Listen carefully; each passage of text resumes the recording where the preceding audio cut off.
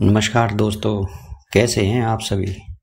आशा है आप और आपका परिवार कुशल मंगल होंगे और सतगुरु कबीर जी के दोहों का आनंद भी ले रहे होंगे और उनसे अपने जीवन को भी कुछ सार्थक बना रहे होंगे। तो चलिए दोस्तों, आपका ज़्यादा समय ना लेते हुए मैं आज फिर कबीर विजक से माया को अंक के कुछ अमृतमयी दोहों को लेकर आया हूं और आगे भी कुछ और वीडियो ऐसे ही लाता रहूंगा।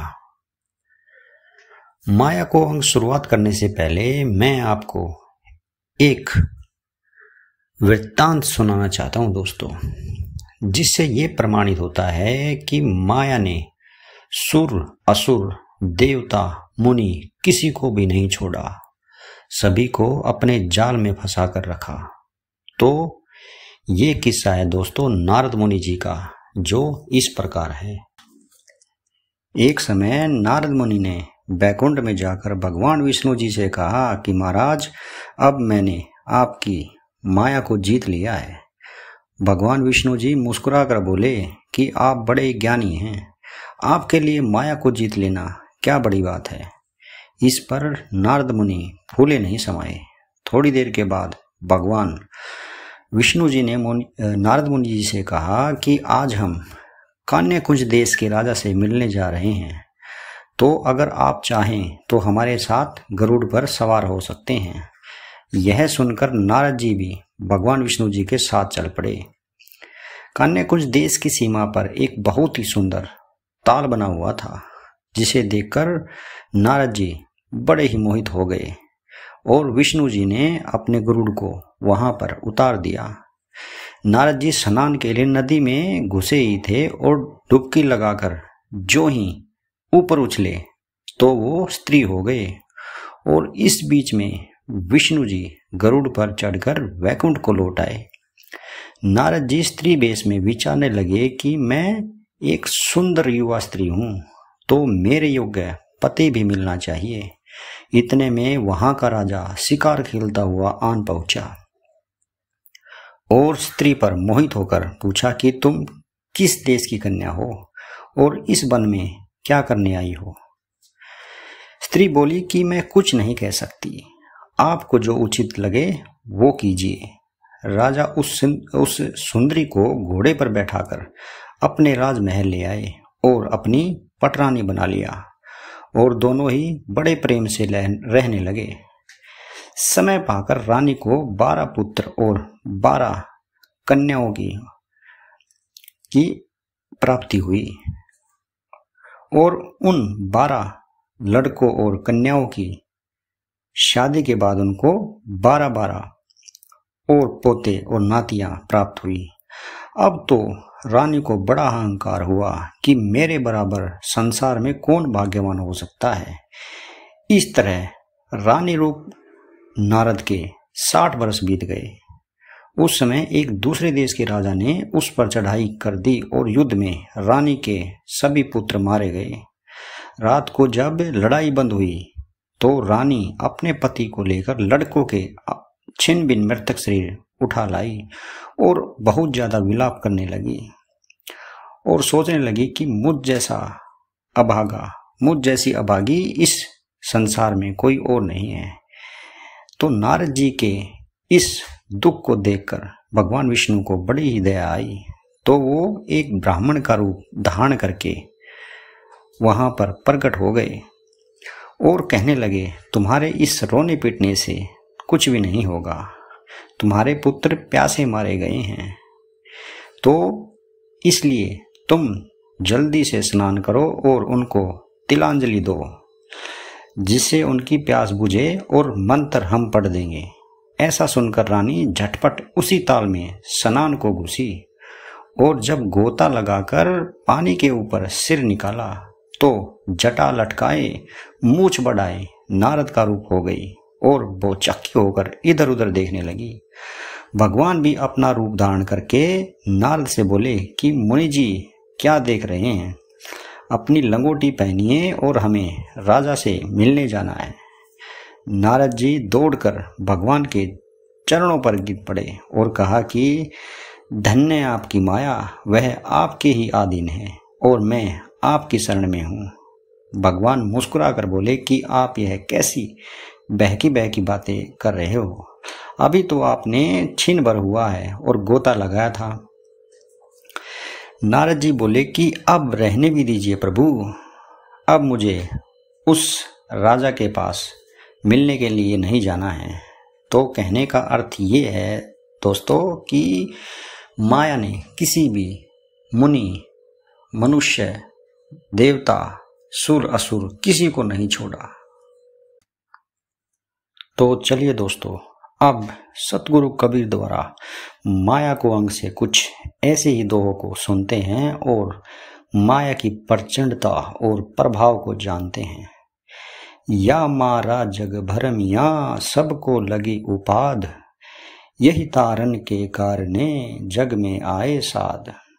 दोस्तों, कबीर जी इस दोहे के माध्यम से हमें ये कहना चाहते हैं कि इस माया के मारे हुए जग के सभी जीव भ्रम में ही भटकते रहते हैं। सभी को इस माया को पाने की लालसा दिन रात लगी रहती है, परंतु इस जग की सच्चाई यह है कि जिसके पास ज्यादा माया है वह और ज्यादा पाने के लिए भागता है और उसको खोने के डर से भी चिंतित रहता है। दूसरा, जिसके पास माया नहीं है वह भी इस माया को पाने के लिए दिन रात इसके पीछे पागलों की तरह लगा रहता है, परंतु ये सब मिथ्या है दोस्तों। और इन दोनों ही परिस्थितियों में जीव हमेशा ही दुखी रहता है। आगे कबीर जी कहते हैं कि इसी माया से मुक्ति दिलाने के लिए इस जगत में संत जन प्रकट होते हैं, अर्थात सतगुरु स्वयं गुरु का रूप धारण करके मनुष्य योनि में आते हैं ताकि इस जीव को इस काल और माया के जाल से बचा सकें और उसे सत्य का ज्ञान करा के शब्द के मार्ग पर चलाते रहें, जो इस जीव के जीवन का मुख्य उद्देश्य है। खान खर्च बहु अंतरा, मन में देख विचार, एक खवावे साधु को एक मिलावे छार। कबीर जी कहते हैं कि कभी मन में अच्छी तरह से सोच विचार कर देखो कि इस माया के संसार में खाने और खर्च करने में बड़ा ही भारी अंतर है। इसमें एक तो अपने परिश्रम से, ईमानदारी से धन कमाकर स्वयं और अपने परिवार का गुजारा करता है और उसमें से कुछ बचाकर साधु संतों को भी भोजन कराता है, जिसे सबसे बड़ा परमार्थ कहा गया है। दूसरा, केवल झूठ से लूटपाट खसोट कर दूसरों पर अत्याचार करके धन कमाता है और विषय विकारों में उसे खर्च करके उसे धूल में मिला देता है। इस प्रकार वह इस श्वास रूपी खजाने को भी लुटा देता है और अपने बुरे कर्मों से अपने सिर पर पाप की टोकरी और भारी कर लेता है। स्वार्थ से परमार्थ बड़ा होता है दोस्तों, इसलिए सेवादान, परोपकार, सत्कर्मों में खर्च करने से इस जीव का हमेशा ही उद्धार होता है। मन मते माया तजी, यूं करे निकस बहार, लागी रही जानी नहीं, भटकी भयो संसार।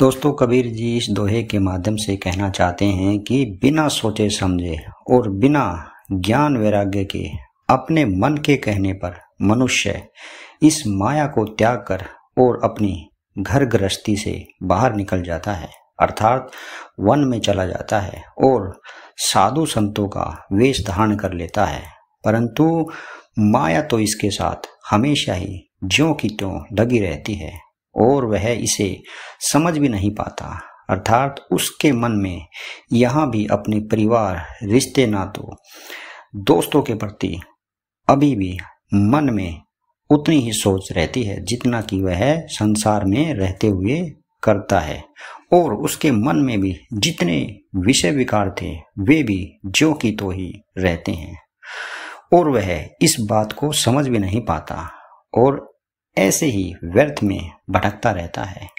इसलिए कबीर जी ने हमेशा ही कहा है, तन को जोगी सब करे, मन को करे न कोई, जो मन को जोगी करे जोगी कहिए सोए, अर्थात जब तक हमारे मन के विषय विकार, माया और जितनी भी वासनाएं हैं वे सब खत्म नहीं होती, तब तक कोई केवल ऊपर से इस शरीर पर वस्त्र धारण करने से जोगी नहीं बन जाता। कबीर माया जात है, सुनो शब्द निज मोर, सुखियों के घर साध जन, सुमो के घर चोर। इस दोहे के माध्यम से दोस्तों कबीर जी कहना चाहते हैं कि जाती हुई माया सबको अपना संदेश देती है कि सब लोग ध्यान से मेरे वचनों को सुनो। जो मनुष्य उदार होते हैं, दयालु होते हैं, परोपकारी होते हैं और उस परमात्मा के नाम में, उसके सुमिरन में अपना जीवन बिताते हैं, उन सज्जनों के पास साधु संत आते जाते रहते हैं। ऐसे में उनका सेवा सत्कार भी मुझसे ही होता है, अर्थात माया से ही होता है, और उसका फल भी उनको जरूर मिलता है। परंतु कंजूसों के घर में जो कभी कभी उनके घर में जैसे कोई चोर घुस जाता है तो उनके द्वारे जो धन ऐसे ही उन्होंने बिना परोपकार के, बिना सत्कार के जोड़ा था, उसे भी चोर चुरा कर ले जाते हैं। कहने का अर्थ ये है दोस्तों कि माया से मोह कभी नहीं करना चाहिए, उसे हमें परोपकार और साधु संतों की सेवा में जरूर लगाना चाहिए। माया जब हो तब भी मनुष्य दुखी रहता है और जब ना हो तब भी यह मनुष्य दुखी ही रहता है। तो दोस्तों आपको आज का ये मेरा वीडियो कैसा लगा? अगर आपको अच्छा लगे तो आप इसको प्लीज़ लाइक और शेयर ज़रूर कीजिएगा और मेरे चैनल को सब्सक्राइब ज़रूर कीजिएगा। तो दोस्तों कल फिर मिलते हैं माया को अंग से ही कुछ ऐसे ही अमृतमयी दोहों के साथ। तब तक के लिए आप अपना ख्याल रखिएगा।